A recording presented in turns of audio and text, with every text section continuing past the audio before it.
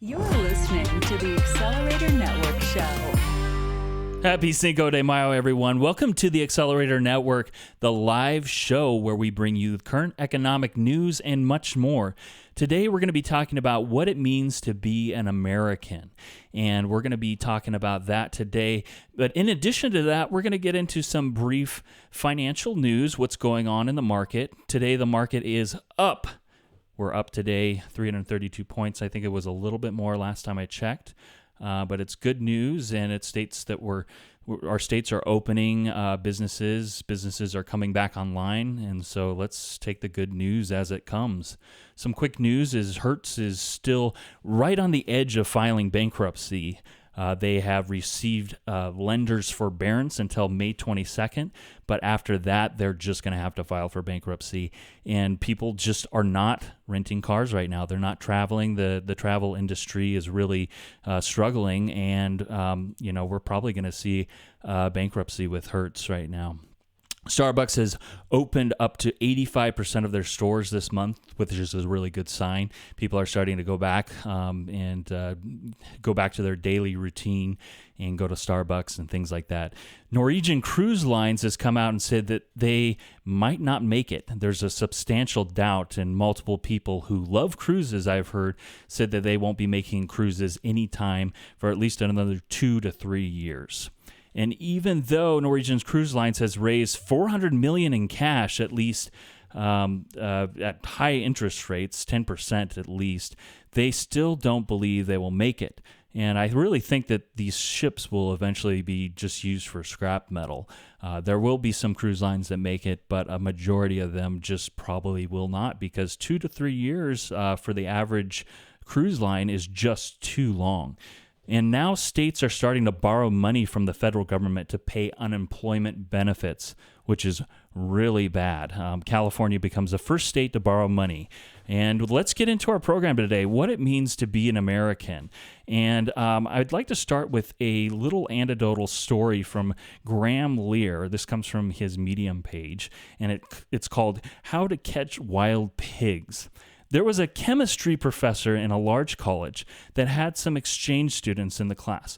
One day, while in class, they were in a lab, and the professor noticed one young man, an exchange student, who kept rubbing his back and stretching as if his back was hurt. The professor asked the young man what was the matter. The student told him that he had a bullet lodged in his back. He had been shot while fighting communists in his native country, where he was trying to overthrow his country's government, where they were trying to overthrow the country's government and install a new communist regime. In this midst of the story, he looked at the professor and asked a strange question. He asked, "Do you know how to catch wild pigs?" The professor thought it was a joke and asked for the punchline. The young man said it was not a joke.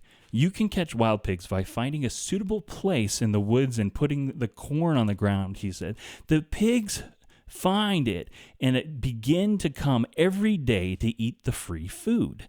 When they are used to coming every day, you put a fence down on one side of the place where they are used to coming.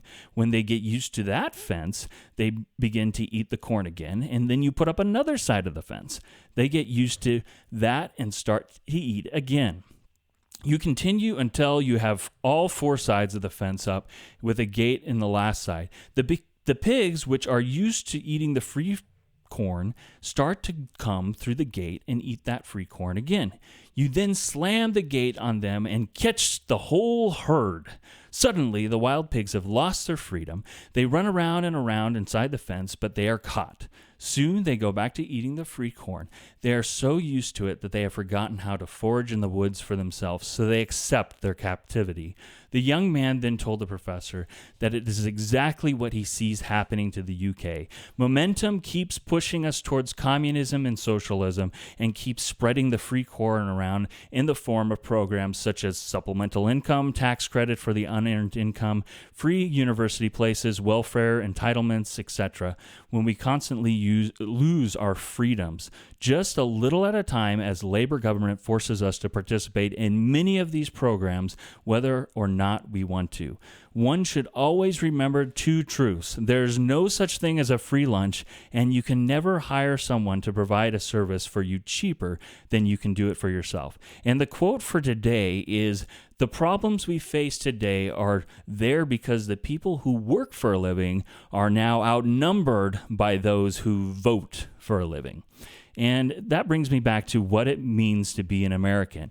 And most of this content is from Peter Schiff's podcast. You guys should check it out. Go check out his podcast. I'll link below this podcast that most of this content is from. And Peter Schiff goes on to say why being an American is different. He first starts out by talking about in a monarchy, individuals are gradually gained freedom from a king or queen. But America is different. We started with all of our rights as soon as our ancestors got here in America.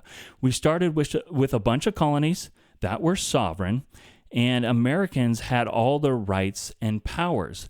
And they were not given to them by government, but they were a gift from God as our birthright. It was our natural right to have these rights and powers. We then created our government, and government was created by the free people.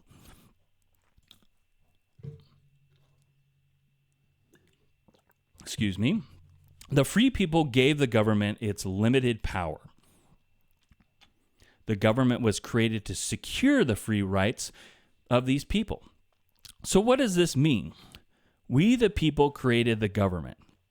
In America, the people are the master and the government is the servant. In most other countries, it's the opposite, and that's not freedom.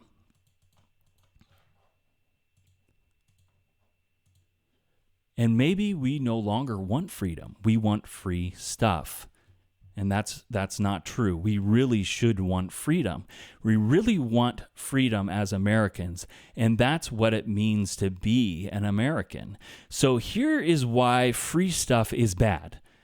When the government gives you something, they must take it from someone else. The government is the people's servant. We, the people, created the government to serve us. And the servant is not supposed to steal from the master. So that brings me to the Constitution. All of the federal government's powers are included in Article 1, Section 8. And this is in plain English. This does not need any interpretation. It says that the Congress shall have power to lay and collect taxes, duties, imposts, and excises, to pay the debts and provide for the common defense and general welfare of the United States. The role of the federal government is clearly defined in the Constitution. This is not open to interpretation. The federal government's powers are few and defined. Federal government will be involved in external affairs, war, peace, and trade, and negotiations, and taxes will be needed for this. Domestic affairs are to be handled by the state governments.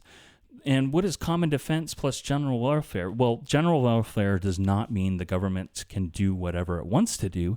The federal government has few powers, and our founders wanted it to be that way for a reason. The general welfare means things that benefit everyone equally, and that's not welfare that benefits a specific region, a specific group, a particular person, a specific company, or a specific industry. The federal government can only spend for the general welfare of everyone equally. And that does not mean they can bail people out. Bailouts are truly unconstitutional. Not everyone benefits from specific bailouts. Bailouts do not contribute to the general welfare. Again, the federal government's powers are few and defined, and our founders wanted it that way. There is nothing in the Constitution about bailing out failed corporations. There's nothing in the Constitution about health care. There's nothing in there about old age pensions such as Social Security. There's nothing in there about programs for the poor or anti-poverty. There's nothing in there about emergency aid. There's nothing in there about education and guaranteed student loan loans. There's nothing in there about guaranteed mortgages. If the founders wanted it in there, they would have included it in there. They didn't say the government could make loans to people or corporations. They didn't say Congress should have the power to guarantee the loans for private citizens. The limiting power of the federal government, it was what makes us American. We have rights. There is no nobility in America. No one person gets favor over someone else. There is no corporations or industry that should have favor over another corporation. Government is there to protect us and to secure our rights and liberty, and that is it. So what do we do? I have some solutions, and I really am going to talk about it on this daily show. So if you're interested in kind of hearing my opinion on what we should do, just like and subscribe and see my future content, and you'll see kind of what I have in store for how we're going to take back America and how we're going to do this peacefully and what we need to do to get there. But what you can do in the meantime is read the Constitution and tell somebody about this. Send them this video, and we'll just continue from there. Thanks for stopping by, everyone. If you found this information useful, please like and subscribe and post the content below, and I'll see you in the next episode.